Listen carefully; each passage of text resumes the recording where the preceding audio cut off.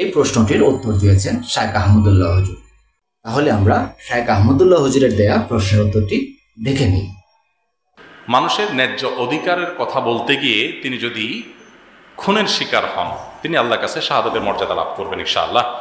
নবী করিম সাল্লাল্লাহু আলাইহি সাল্লামের প্রসিদ্ধ হাদিস রয়েছে এক্ষেত্রে, মান কুতিলা দুনা মাজলামাতিহি, যে ব্যক্তির কোনভাবে তার অধিকার হরণ করা হয়েছে, তার প্রতি জুলুম করা হয়েছে এবং সেটার বিরুদ্ধে সে কথা বলতে গিয়ে বা সেটা বিরুদ্ধাচরণ করতে গিয়ে বা নিজের অধিকারকে আদায় করতে গিয়ে তিনি যদি জুলুমের শিকার হয়ে মারা যান, তাকে যদি খুন করা হয়, তাহলে তিনি আল্লাহর কাছে ফাহুয়া শহীদ, তিনি আল্লাহর কাছে শহীদ হিসাবে মর্যাদা পাবেন। অন্য আরেকটা হাদিস আছে বেশ প্রসিদ্ধ নবী করিম সাল্লাল্লাহু আলাইহি সাল্লামের, সেটি হলো মান কুতিলা দুনা মালিহি, যে ব্যক্তি তার সম্পদ রক্ষা করতে গিয়ে মারা যাবে। মান কুতিলা দুনা দামিহি, যে ব্যক্তি তার জীবন রক্ষা করতে গিয়ে মারা যাবে। অমান কুতিলা দুনা আহলিহি, যে ব্যক্তি তার পরিবারকে রক্ষা করতে গিয়ে মারা যাবে। ফাহুয়া শহীদ, সে ব্যক্তি শাহাদাতের মর্যাদা লাভ করবে। কিন্তু এখানে বিষয়টা এরকম হবে যে সে মারামারিতে লিপ্ত হয়নি, সচরাচর জীবন রক্ষার জন্য ধস্তাধস্তি করেছে, নিহত হয়েছে, সম্পদ রক্ষা করতে গিয়ে তাকে সন্ত্রাসী গুলি করেছে, খুনি গুলি করেছে, সে নিহত হয়েছে, শাহাদাতের মর্যাদা পাবে। কিন্তু যদি কেউ নিজে মারামারিতে লিপ্ত হয়, সে নিজে আরেকজনকে মারতে গেছে, একটা হলো জীবন রক্ষা করতে গিয়ে সে প্রহার করতে গেছে, ভিন্ন বিষয়। কিন্তু না, এমনি সাধারণ যে মারামারিগুলো হয় আমাদের সমাজে, বিভিন্ন বিষয় মতো পার্থক্য হয়েছে, মারামারি শুরু হয়ে গেল, এখানে মরলেই যে শহীদ হবে এত সহজ না। আবার এটা আমার মনে রাখতে হবে, কারণ নবী করিম সাল্লাল্লাহু আলাইহি ওয়াসাল্লাম এটা হলো সাধারণ মারামারির কথা বলছে। সে জীবন বাঁচাতে গিয়া তার জীবন হানি করতে হচ্ছে, সেখানে রক্ষা করতে গিয়ে সে মারা গেল, তার সম্পদ ছিনিয়ে নিচ্ছে, সেটা সে বাঁচাইতে গিয়ে মারা গেল, এগুলো শাহাদাতের মর্যাদা পাবে। কিন্তু আমাদের সমাজ যেটা হয় সচরাচর মারামারি, যেটা বললাম, যে কোনো একটা বিষয় নিয়ে, ইস্যু নিয়ে গন্ডগোল হলো, দুই গ্রামের মানুষের মধ্যে বিতণ্ডা হলো, মারামারি হলো, হ্যাঁ, শয়তান আপনার কাছে দেখাবে এটা তো আমার অধিকার আদায়ের জন্য মারা যাচ্ছি।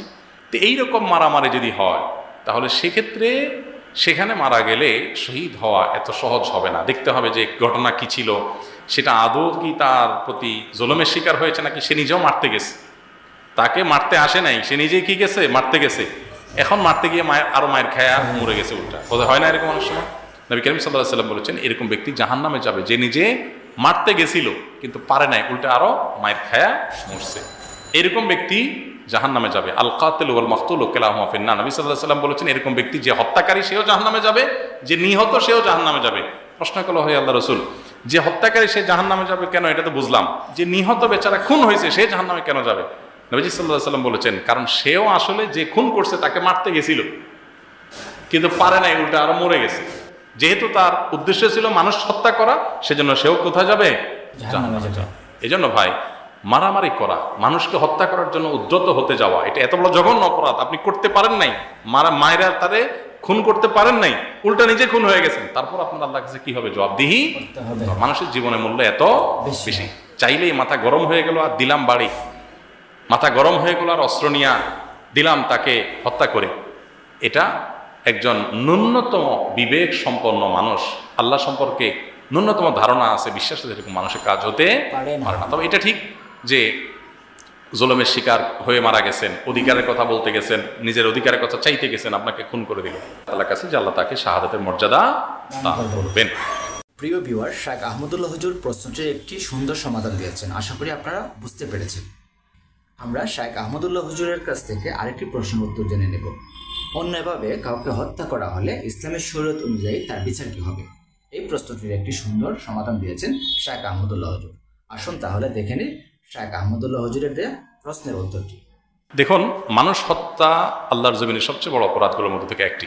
আপনারা একটি প্রসিদ্ধ হাদিস শুনেছেন, নবী সাল্লাল্লাহু আলাইহি ওয়াসাল্লাম বলেছেন, ইজতানিবু আস-সাবআল মুবিকাত, তোমরা 7টি ধ্বংসাত্মক মহাপাপ অপরাধ থেকে বেঁচে থাকবে, সতর্ক থাকবে। এর ভিতরে 1 নম্বর হলো আল ইশরাকু বিল্লাহ, আল্লাহর সঙ্গে শরীক করা। এরপরে সবচেয়ে ভয়াবহ অপরাধগুলোর মধ্যে একটা হলো ওয়াকাতুলুন নাফস, কোনো মানুষকে হত্যা করা। এটা এত বড় অপরাধ, আল্লাহ বলেছেন যে যে ব্যক্তি কোনো মানুষকে হত্যা করবে, ফাকা আন্নামা কাতালান নাসা জামিআ, একজন মানুষকে হত্যা করলে কেমন যেন সে গোটা বিশ্বের সব মানুষকে কি করলো? খুন করলো। একটা মানুষকে খুন করা আর বিশ্বের সব মানুষকে খুন করা এটা সমান কথা। আল্লাহ সুবহানাহু ওয়া তাআলা আরো বলেছেন যে মান কাতালা মুমিন ওয়া মান ইয়াকতুল মুমিনান মুতাআম্মিদান, যে ব্যক্তি কোনো মুমিনকে ইচ্ছাকৃতভাবে হত্যা করবে, কোনো নিরপরাধ মানুষকে হত্যা করবে, এই ব্যক্তিকে আল্লাহ তাআলা ফাজাযাউহু জাহান্নামা, তার শাস্তি হলো সে জাহান্নামে থাকবে চিরকাল। দ্বিতীয়ত হলো ওয়াগাদিবাল্লাহু আলাইহি, আল্লাহ তাআলা তার প্রতি অসন্তুষ্ট হবেন, ওয়া লাআনাহু, তাকে আল্লাহ তাআলা তার প্রতি লানত বর্ষণ করবেন, আল্লাহর রহমত থেকে তাকে আল্লাহ সরিয়ে দিবেন, এবং আল্লাহ রাব্বুল আলামিনের পক্ষ থেকে তার জন্য ওয়া'আদ্দা লাহু আযাবান আযীমা, তার জন্য কঠিন শাস্তি আল্লাহ তাআলা প্রস্তুত করে রাখবেন। এজন্য ভাই, মানুষ খুন করার অপরাধ এত ভয়ঙ্কর যে নবী করিম সাল্লাল্লাহু আলাইহি ওয়াসাল্লাম বলেছেন, লা যাওয়ালুদ দুনিয়া আহওয়ানু আল্লাহি মিন কাতলি মুমিনিন আও কামা ওয়ারদা ফিল হাদিস। কোন ঈমানদারকে হত্যা করা, কোন মুসলিমকে হত্যা করা, এটা আল্লাহর কাছে গোটা পৃথিবীর পতনের চাইতেও ভয়াবহ। এবং দুনিয়ার আদালতে একজন মানুষকে 5 জন মানুষ মিলে খুন করলে, একজনে ধরলো আরেকজনে খুন করলো, তো সহযোগী যারা তাদের বিভিন্ন মেয়াদে শাস্তি হয়, আর যে মেইন অপরাধ করে তাকে হয়তো চরম শাস্তি দেওয়া হয়। কিন্তু নবী সাল্লাল্লাহু আলাইহি ওয়াসাল্লাম বলছেন, একজন মানুষের হত্যায় যদি গোটা পৃথিবীর সব মানুষ শামিল হয়, এটা লিটারালি হয়তো এভাবে সম্ভব না, কথার কথা, গোটা পৃথিবীর সব মানুষ মিলে এক একজন এক একভাবে ভূমিকা রেখেছে। কেউ তার নামে একটা মিথ্যা প্রপাগান্ডা ছড়াইছে, তার নামে ট্যাগ দিয়ে তার রক্তকে হালাল করছে, কেউ তার খুনের ঘটনাকে ধামাচাপা দিছে, তার কেউ সাংবাদিকতার নাম দিয়ে সেখানে অংশগ্রহণ করেছে, কেউ হয়তো অস্ত্রটা আগায় দিছে, কেউ হয়তো পরিবেশটা তৈরি করেছে। যে যেভাবে হোক, কোনো একটা মানুষের হত্যায় যদি গোটা পৃথিবীর সকল মানুষ জড়িত হয়, আল্লাহ সব মানুষকে জাহান্নামে দিতে কুণ্ঠাবোধ করবেন না। একটা মানুষের জীবনে মূল্য আল্লাহর কাছে এত বেশি। নবী করিম সাল্লাল্লাহু আলাইহি ওয়াসাল্লাম কাবাকে লক্ষ্য করে বলেছেন, হে কাবা, ওই আল্লাহর শপথ করে বলছি যার হাতে আমার জীবন, তোমার মর্যাদার চাইতে একজন মানুষের, একজন ইমানদারের সম্মান আল্লাহ তাআলার কাছে অনেক বেশি। অতএব কাবা ঘর ভেঙে ফেললো, কেউ চুরমাচুর করে ফেললো, এই লোকটা যত বড় অপরাধী, একজন মানুষের জীবন হানি করলো, সম্মান হানি করলো, তার সম্পদের হানি করলো, সে তার চাইতে বেশি বড় অপরাধী। এই জন্য মানুষ খুনের অপরাধের ভয়াবহতা যদি মানুষ বুঝতো, তাহলে মানুষকে খুন করার এই দুঃসাহস কোনোদিনই করতো না। আল্লাহ তাআলা আমাদেরকে সতর্ক হওয়ার তৌফিক দান করুন। শুধু মানুষ খুনই নয়, মানুষের সম্মান হানি, এটাও কিন্তু ভয়াবহ অপরাধ। নবী সাল্লাল্লাহু আলাইহি ওয়াসাল্লাম বিদায় হজের ভাষণে বলেছেন যে, আমওয়ালাকুম ওয়া আমওয়ালাকুম ওয়া আরাদাকুম হারামুন কাহুরমাতি ইয়াউমিকুম হাযা ফি বালাদিকুম হাযা ওয়া ফি শাহরিকুম হাযা।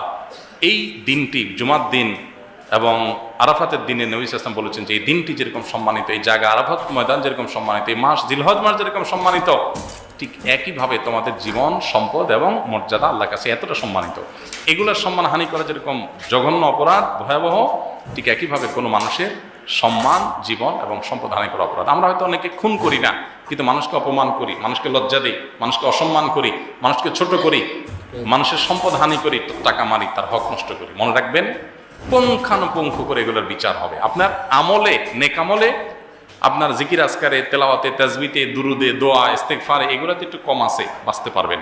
তো মানুষের এই হকগুলো নষ্ট করেছেন, কাউকে ছোট করেছেন, তাচ্ছিল্য করেছেন, অসম্মান করেছেন, সম্পদ নষ্ট করেছেন বা জীবনহানি করেছেন, খুন করেছেন, মনে রাখবেন বড় কঠিন এবং ভয়ঙ্কর পরিণতির সামনে আসছে। কিয়ামতের ময়দানে সর্বপ্রথম নামাজের হিসাব নেওয়া হবে আমলের ক্ষেত্রে, আর অন্য সমস্ত বিষয় আশয়, বিচার, আচার, মানুষের লেনদেন সম্পর্কিত বিষয়ে সর্বপ্রথম হিসাব নেওয়া হবে মানুষের খুনের। এর শাস্তি হবে সবচেয়ে ভয়াবহ। আল্লাহ তাআলা আমাদেরকে এই ভয়াবহ অপরাধ থেকে বেঁচে থাকার তৌফিক দান করুন। আমিন। প্রিয় ভিউয়ার, আশা করি শাইখ আহমদুল্লাহ হুজুরের কাছ থেকে 2টি প্রশ্নেরই সুন্দর সমাধান পেয়েছে। ভালো থাকবেন, সুস্থ থাকবেন, সেই পর্যন্ত আল্লাহ হাফেজ।